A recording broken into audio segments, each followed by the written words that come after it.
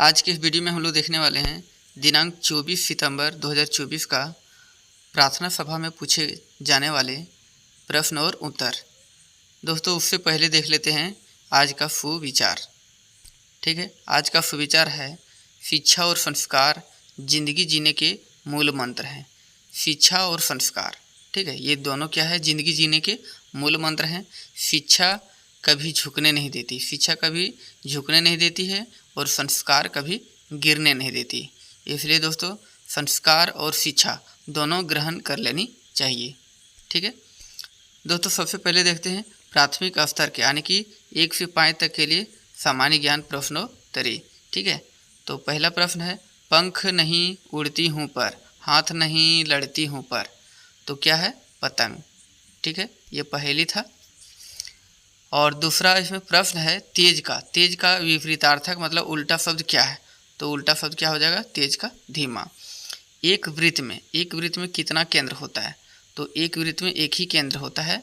ठीक है, और तीसरा प्रश्न है, चौथा प्रश्न है दोस्तों, गिर राष्ट्रीय उद्यान कहाँ पर स्थित है, तो गुजरात में स्थित है। भारत का राष्ट्रीय मिठाई क्या है, भारत का राष्ट्रीय मिठाई जिलेबी है। अब देखते हैं 6 से 8 तक के लिए प्रश्न उत्तर। पहला प्रश्न है सूर्य मुख्य रूप से किन गैसों से मिलकर बना है, तो सूर्य हाइड्रोजन और हीलियम से मिलकर बना है। अंतर्राष्ट्रीय महिला दिवस कब मनाया जाता है, 8 मार्च को मनाया जाता है। शेर शाह का मकबरा कहाँ स्थित है, तो सासाराम में है, जो बिहार में पड़ता है। ठीक है, जल का पीएच मान कितना होता है, तो जल का पीएच मान क्या है, 7 होता है।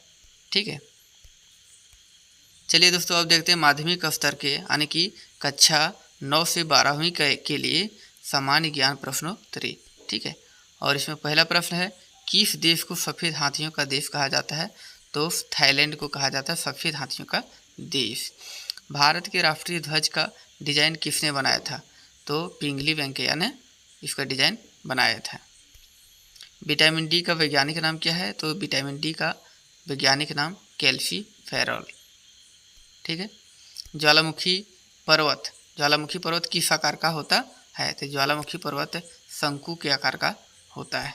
ठीक है, आरबीसी यानी कि रेड ब्लड कल्चर है ना, लाल रक्त कण जो है इसका जीवन काल कितने दिनों का होता है, तो 120 दिनों का होता है।